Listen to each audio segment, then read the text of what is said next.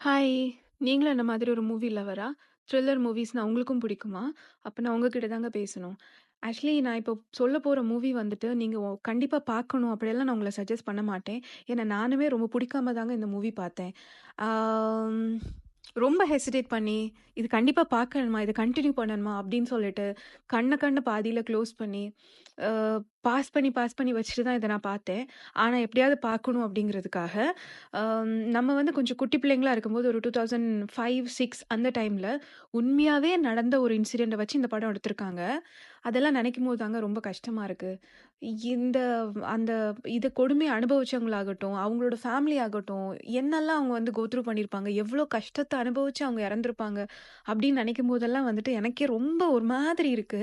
Actually நான் அந்த movie பார்த்து ஒரு 2, 3 டேஸ் ஆயிடுச்சு. ஆனாலுமே எனக்கு அதோட இம்பாக்ட் கொஞ்சம் இருந்துட்டே இருந்தது. நான் வேற கொஞ்சம் நைட் இந்த மூவி பார்த்துட்டேன். அந்த டைம்ல நான் அத பார்த்திருந்திருக்கவே கூடாது. அ இது இந்த மூவில சரியான ட்ரிகர் வார்னிங் இருக்குங்க.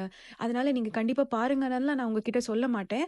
சாரி, நான் இத ஃபர்ஸ்ட்டே உங்ககிட்ட சொல்லியிருந்திருக்கணும். இந்த வீடியோலயுமே வந்துட்டு இதுல நான் இந்த வாய்ஸ்லயுமே உங்களுக்கு நெறைய ட்ரிகர் வார்னிங்ஸ் இருக்கலாம்.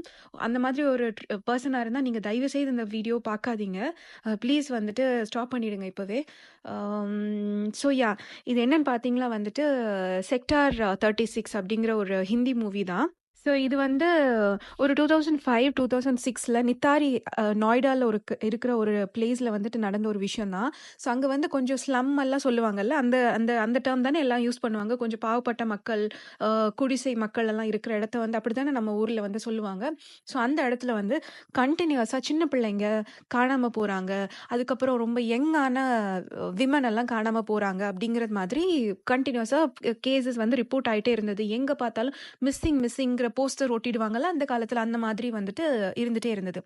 ஸோ பக்கத்துல இருக்கிற போலீஸ் ஆஃபீசர்ஸ் கிட்டயும் அவங்க வந்து நெறைய கன்டினியூஸா போய் ரிப்போர்ட் பண்ணி கூட எந்த ஒரு ஆக்ஷனுமே எடுக்கல. அதுவும் தெரியும்ல, நம்ம ஊர்ல வந்துட்டு லைக் டவுன் சவுத்லயாவது கொஞ்சம் பரவால்ல. லைக் சவுத்தாவது கொஞ்சம் பரவால்ல. பட் நார்த் இந்தியாலலாம் ரொம்ப மோசம்.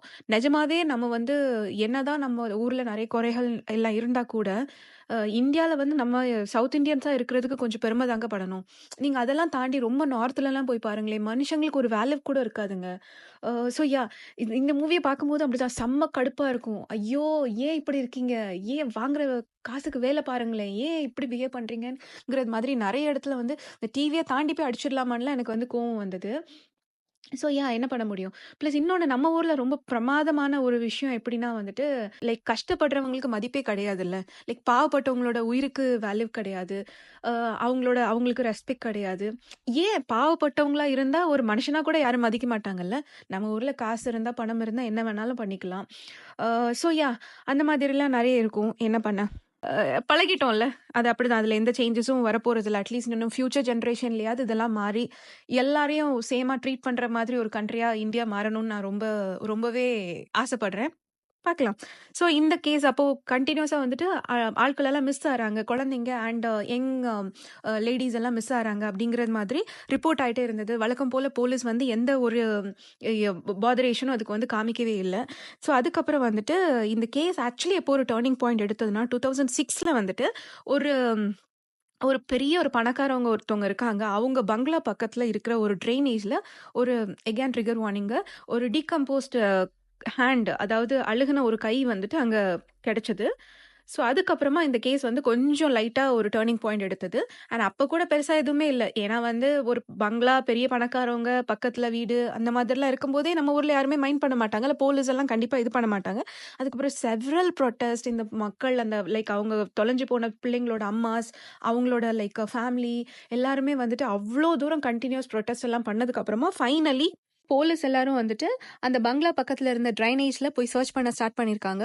ஸோ அப்படி சர்ச் பண்ண டைம்ல தான் இதுக்கு முன்னாடி கிடைச்ச அந்த டீகேட் ஹேண்ட் மாதிரி இன்னும் கொஞ்சம் பிளாக் பாலித்தீன் கவர்ஸ் வந்து நிறைய கண்டறியப்பட்டிருக்கு. அதுக்குள்ளால நிறைய ஹியூமன் பார்ட்ஸ், அதுக்கப்புறம் குழந்தைங்களோட தலைகள், அந்த மாதிரிலாம் ஃபைண்ட் பண்ணியிருக்காங்க. ஸோ அதுக்கப்புறமா அவங்களோட இன்வெஸ்டிகேஷனை ஃபர்தராக எடுத்துட்டு போய் அந்த பங்களாக்கு உள்ளால அவங்க வந்து சர்ச் பண்ண ஸ்டார்ட் பண்ணாங்க. உள்ள இந்த சென்ஸ் அந்த நிறைய கார்டன் அந்த மாதிரி காம்பவுண்ட் ஸ்பேசஸ் எல்லாம் இருக்கும்ல, அங்க போய் சர்ச் பண்ண டைம்ல வேற நிறைய ஹியூமன் ரிமைன்ஸ் வந்து கிடைச்சதா வந்து ரெக்கார்ட் ஆயிருக்கு. இந்த இன்சிடென்ட்க்கு அப்புறமா இம்மீடியட்டா அந்த பங்களாவோட ஓனர் மொனிந்தர் சிங், அதுக்கப்புறம் அவங்களோட சர்வன்ட் கூலியை வந்துட்டு இம்மீடியட் எஃபெக்ட்ல வந்து அரெஸ்ட் பண்ணியிருக்காங்க. அரெஸ்ட் பண்ண உடனே அந்த மொனிந்தர் சிங் என்ன சொல்லியிருக்காருன்னா, பாருங்க நான் வந்துட்டு ஒரு பிசினஸ் மேன். நான் வந்து பாதி நாளும் எங்க வீட்ல இருக்கவே மாட்டேன். என்னோட பிசினஸ் பர்ப்பஸ்க்காக மோஸ்ட்லி வந்துட்டு நான் டெல்லி ஆர் மும்பை அங்க தான் வந்துட்டு நான் டிராவல் பண்ணிட்டு அங்க தான் மேக்ஸிமம் இருப்பேன். இந்த வீட்ல இருக்கிறதும், இந்த வீட்ட பார்த்துக்கிறதும் வந்துட்டு என்னோட சர்வன்ட் கூலி தான். If you have to ask anything நீங்க அவங்க தான் ரைட் பெர்சன். நீங்க அவங்க கிட்ட தான் வந்து கேட்டுக்கணும் அப்படிங்கிறது மாதிரி. ஏன்னா இந்த வீடு அவங்களோட அவங்களோட பராமரிப்புல தான் இருந்துட்டு இருக்கு அப்படிங்கிறது மாதிரி. ஆஸ் யூசுவல் எல்லா பணக்காரவங்களும் அப்படிதானே சொல்லுவாங்க. அவங்க எஸ்கேப் ஆறதுக்கான ஒரு லூப் ஹோல் கண்டிப்பா வச்சிருப்பாங்கல்ல. ஸோ அந்த மாதிரி வந்து சொல்லியிருக்காங்க. அதுக்கப்புறமா ஃபர்தர் இன்வெஸ்டிகேஷன்ல இவங்க எந்த மாதிரி பண்ணாங்க, இந்த இன்சிடென்ட்ஸ் எல்லாம் எப்படி கேரி அவுட் பண்ணாங்க அப்படிங்கிற மாதிரியான டீட்டெயில்ஸ் வந்து வெளிய வந்திருக்கு. Which is again a trigger warning. So இந்த கூலிங்கிற பெர்சன் வந்து பக்கத்துல இருக்கிற அந்த ஏரியால உள்ள குட்டி பிள்ளைங்களுக்கெல்லாம் வந்துட்டு சாக்லேட்ஸ் அண்ட் ஸ்வீட்ஸ் குடுத்து அவங்கள மயக்கி, கடத்தி அந்த மாதிரி வீட்டுக்குள்ளால கொண்டு வந்திருக்காங்க. அதுக்கப்புறமா வந்துட்டு அந்த மொனிந்தர் சிங்கா அவங்களோட பார்ட் எந்த மாதிரியெல்லாம் இன்வால்வ் ஆயிருக்குங்கிறது கரெக்டான ஒரு இன்வெஸ்டிகேஷன்ல அவங்க வெளியே இன்னும் விடல. லைக் ஆனா எப்படி சொல்லப்படுதுன்னா, இவங்க 2 பேரும் சேர்ந்து லைக் ரேப் நடந்திருக்கு, அது அசால்ட் நடந்திருக்கு, மர்டர் நடந்திருக்கு, ஸ்ட்ராங் ட்ரிகர் வார்னிங், கேனபிலிசம், நெக்ரோஃபீலியா இது எல்லாமே நடந்திருக்கு. நெக்ரோஃபீலியா எதுன்னு உங்களுக்கு தெரியலன்னா, ஆம், இறந்த டெட் பாடியோட வந்துட்டு இன்டர்கோர்ஸ் பண்றவங்க. ஸோ அந்த மாதிரி ஆக்டிவிட்டீஸ் எல்லாமே இந்த வீட்ல வந்து நடந்திருக்கு. ஸோ இது கண்டுபிடிச்சதுக்கு அப்புறமா இவங்க 2 பேருக்குமே வந்து லைஃப் சென்டென்ஸ் வந்து குடுத்துருந்தாங்க. ஸோ அதுக்கப்புறமா இன்வெஸ்டிகேஷன் நடந்துட்டே தான் இருந்தது. ஸோ லாஸ்ட் இயர் பார்த்தீங்கன்னா, ஒரு ரொம்ப பிரமாதமான ஒரு விஷயம் நடந்ததுங்க. விச் இஸ் எப்படின்னா வந்துட்டு we should be really really proud about our country.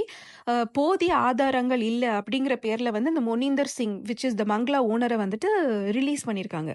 அதாவது இவ்ளோ ஆக்டிவிட்டீஸ்ல இன்வால்வ் ஆன அவரோட சம்மந்தம் இல்லாம ஒரு வேலைக்காரவங்க இப்படி கொண்டு வந்து பண்ணியிருக்க முடியுமா? சொல்லுங்க. இதுல ஆர்கான் ஸ்டீலிங் எல்லாம் கூட நடந்திருக்கு. பட் அது எல்லாமே வந்து மூவில காமிப்பாங்க. பட் கேஸ்ல நீங்க வெளியில சர்ச் பண்ணீங்கன்னா, அதுல ஃபுல் டீட்டெயில்ஸ் எல்லாம் எதுவுமே குடுக்கல. ஸோ இவ்ளோ தூரம் பண்ண ஒரு பெர்சன வந்துட்டு நம்மளோட கவர்ன்மெண்ட் வந்து ரிலீஸ் பண்ணியிருக்காங்க. எதுக்கா? போதிய ஆதாரங்கள் இல்லையாம். என்னங்க பண்றது? இப்படிப்பட்ட ஒரு கண்ட்ரில தான் ஆக்சுவலி நம்ம இருந்துட்டு இருக்கோம். எப்போதான் இந்த ஜுடிஷியல் சிஸ்டம் இந்த இதெல்லாமே அந்த செக்டார்ஸ் எல்லாம் இன்னும் எப்போ இவங்க அமெண்ட் பண்ணி மாத்த போறாங்கங்கிறது வந்து தெரியல.